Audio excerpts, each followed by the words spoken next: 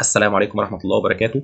أهلا بيكم في فيديو جديد من فيديوهات فاترينا فيو. احنا إن شاء الله الفيديو بتاع النهاردة احنا هنتعلم إزاي نضيف منتج على المتجر اللي احنا عملناه بطريقة احترافية.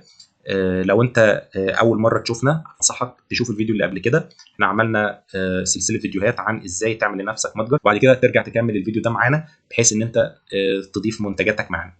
في الفيديو بتاع النهاردة إن شاء الله الهدف إن أنت إزاي تضيف المنتج بتاعك بحيث يبقى جذاب وزي بالظبط ما فاترينا فيو المصممين بتاعه عملوه، بحيث ان يبقى المنتج اللي انت بتحطه مريح للعين بالنسبه لاي حد بيزور المتجر بتاعك، ما يبقاش عايز يخرج من المتجر، عايز يتفرج على المنتجات الثانيه. فهو فيديو مهم جدا، فيلا بينا يلا بينا.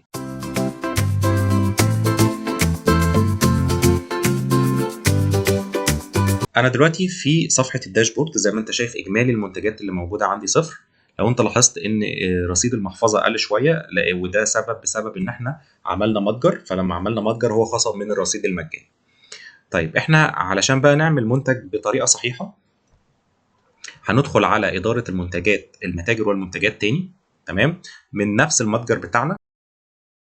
دي الصفحه بتاعت اداره المنتجات، زي ما انت شايف هي فاضيه لان احنا لسه ما اضفناش اي منتج. فمنطقي ان قبل ما تضيف المنتج انت تضيف الحاجات اللي انت هتبقى محتاجها وانت بتضيف المنتج. واحنا بنحتاج حاجتين، بنحتاج نضيف التصنيف او الكاتيجوري، نضيف البراند او العلامه التجاريه. يعني لو انت مثلا عندك منتجات مثلا زي اكتيف، اديداس، اي حاجه من الحاجات البراندات ديت، فانت هتبقى محتاج تضيف دوت علشان بعد كده تظهر في المتجر بتاعك تحت اسم البراند ده. فبالتالي لو حد بيدور على براند معين في المتجر بتاعك يفلتر باستخدام المتجر ده، فبالتالي يظهر باستخدام البراند ده، فبالتالي تظهر قدامه كل المنتجات اللي عندك من النوع البراند ده. تمام. طيب هل الحاجات دي كلها لازم؟ لا، بس هو الكاتيجوري او التصنيف لازم. البراند مش لازم لو انت ما عندكش، بس يعني يفضل طبعا ان انت تبقى بتضيف الحاجات دي. طيب فخلينا نروح بسرعه كده. هنخش على اداره العلامات التجاريه. طيب هنلاقي هنا اضافه علامه تجاريه. هنقول مثلا براند واحد.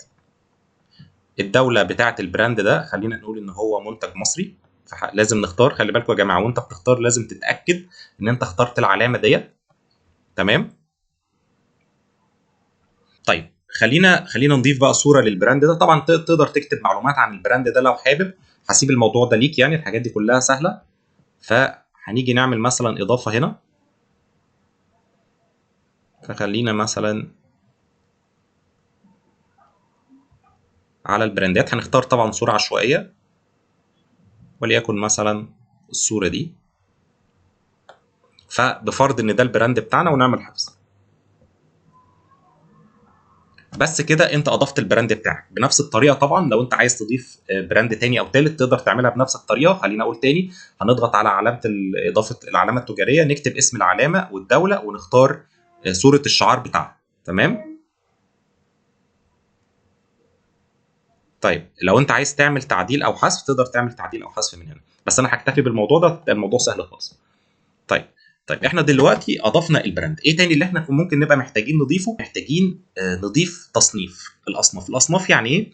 يعني انت مثلا في المتجر بتاعك انت ممكن تبقى بتبيع كذا حاجه مختلفه. خلينا نضرب مثال على مثلا محل ملابس. محل الملابس ده ممكن يبقى فيه ملابس اطفال، ملابس رجال، ملابس سيدات، اكسترا سايز. يعني طبعا كل حاجه من دي انت اضرب شغلك مني، فانت تقدر تحط التصنيفات اللي تناسبك. فاحنا محتاجين نضيف الكاتيجوريز دي على او التصنيفات دي علشان بعد كده نقدر نستخدمها واحنا بنضيف المنتج. فاحنا هنضغط هنا على الثلاث نقط. زي ما انت شايف احنا كل حاجه بنعملها من خلال المتجر ذات نفسه. فاحنا هندخل على اداره الاصناف. نضغط هنا على اضافه صنف. هنقول مثلا نكتب كاتيجوري واحد. هي مكتوبه اهي، اختارها بس. طبعا ده مش اختيارات يعني، بس عشان هي موجوده انا كنت بجرب قبل كده. طيب تقدر طبعا تكتب وصف عن الكاتيجوري بتاعتك. كل ما تكتب حاجات عن المنتجات بتاعتك ده بيحسن النتيجه بتاعتها بعد كده في محركات البحث. فانت يفضل ان انت تبقى بتوضح كل حاجه عن المنتجات بتاعتك. بعد كده نختار صوره. خلينا مثلا نقول الكاتيجوري. هنختار مثلا الكاتيجوري مثلا اي حاجه وليكن مثلا دي. دي طبعا صوره يا جماعه، دي مش حاجات حقيقيه، فاحنا بس بنختار كده اي كلام، حاجه بس بتعبر عن البراند او كده. انت طبعا بتختار الحاجات اللي تناسبك. طيب احنا كده اضفنا اول كاتيجوري عندنا. طبعا الكاتيجوري دي انت ممكن تسميها مثلا بنطلون، يعني خلينا اسميها يعني اعدل التسميه عشان تبقى معبره اكتر. انا هكتب اطفال، او بما ان الصوره سيدات مثلا يعني. طيب بقى دي الكاتيجوري الاولانيه بتاعت السيدات. بعد كده، طيب احنا كده اضفنا اول حاجه. انت كده انت تقدر دلوقتي تضيف اي منتج بدون اي مشاكل. بس خليني اقول لك بقى معلومه اضافيه كمان. طيب لو انت عندك الكاتيجوري دي تحتيها سب كاتيجوري او تصنيف فرعي، زي مثلا جوه السيدات مثلا اللي نفترض مثلا احذيه وبلطوهات مثلا وفساتين، فانت عايز تعمل الموضوع ده، هتعمله ازاي؟ بمنتهى البساطه هتقف على الثلاث نقط اللي على الشمال دول، وهتعمل حاجه اسمها الاصناف الفرعيه، هتقف عليها طبعا هتلاقيها فاضيه لان الصنف ده ما فيهوش اي حاجه. طيب هل ده لازم يعني؟ لا مش لازم. انت دلوقتي عندك صنف، الصنف ده انت تقدر تستخدمه، بس انا بقول لك معلومه علشان لو انت حابب تستخدمها، كل ما تقسم حاجتك بطريقه افضل، كل ما المنتجات بتاعتك هتتعرض بطريقه افضل. طيب لو عايز اضيفها هتضيفها ازاي؟ بمنتهى البساطه بنفس الطريقه اللي احنا اضفناها قبل كده. هتفتح هتلاقي في حاجه اسمها اضافه صنف، فانت نقول مثلا آه، فستان مثلا يعني، وهختار برضو صورة عشوائية كده.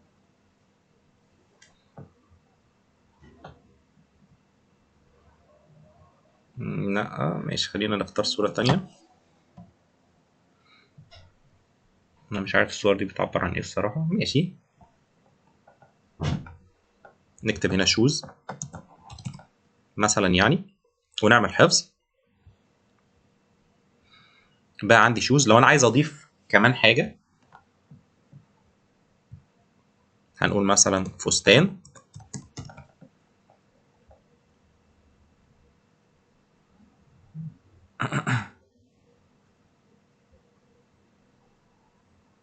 ماشي.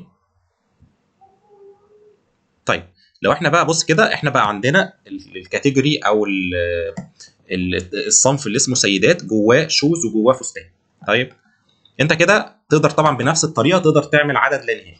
طيب خلينا اقف في الفيديو ده لحد كده عشان ما بقاش طولت. لو انت عايز تتابعنا او عاجبك المحتوى بتاعنا، طبعا اعمل لنا لايك وسبسكرايب، وهسيب لك رابط المنصه في التعليقات، بحيث ان انت او في صندوق الوصف تقدر ان انت تستخدم المنصه بتاعتنا وتتابعنا لو انت مهتم بمجال التجاره الالكترونيه. وشكرا لكم.